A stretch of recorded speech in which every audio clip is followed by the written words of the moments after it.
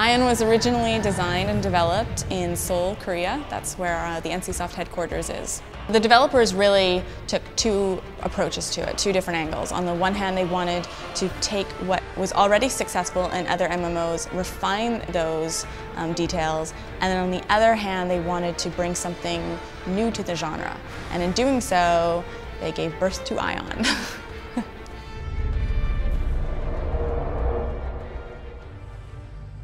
From what we've seen, it has basically shattered every record in Korea.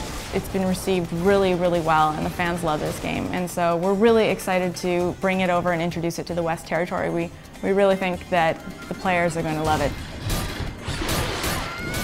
It's more of a polished game that people will enjoy in a beautiful setting that you want to actually live in. It's been live in Korea for almost a year now by the time that it launches in the West. And the West market will really benefit from that because it's had a year of balancing and updates that will be implemented. From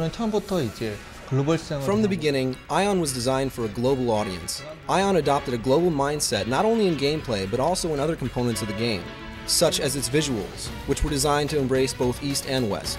It has a lot of those cool things in MMOs that bring players in and keep them there, but it adds all these new things too that we've never seen before. My favorite feature of Aion is gliding. When playing an MMORPG, players inevitably spend a long time traveling around the world. Gliding gives characters a different movement option and another perspective to view the world.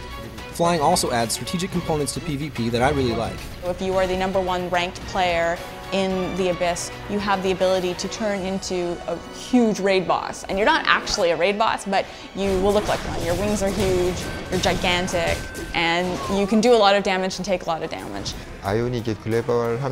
In order to make Aion a global game, we took out a lot of elements that were characteristics of Asian games. For example, Asian gamers usually prefer more cute and handsome characters. Asian heroes would never have bulky looking heroes and swinging this axis. But a lot of those barriers are now starting to break down. Korean games have been known as games that are grinders, that don't have that much story or quest.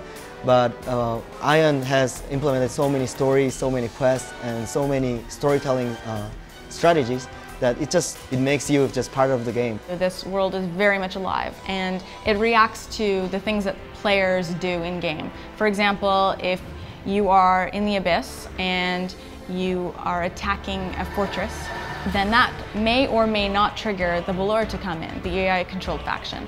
The Valor are more likely to attack the race that has more power.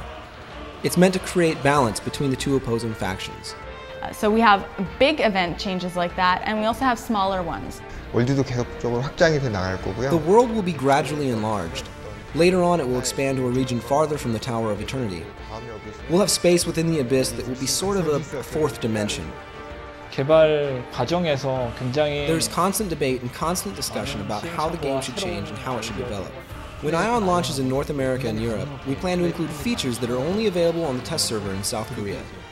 Koreans actually love MMORPGs. I think they wouldn't be able to survive without MMORPGs. It's the challenge that's the fun part.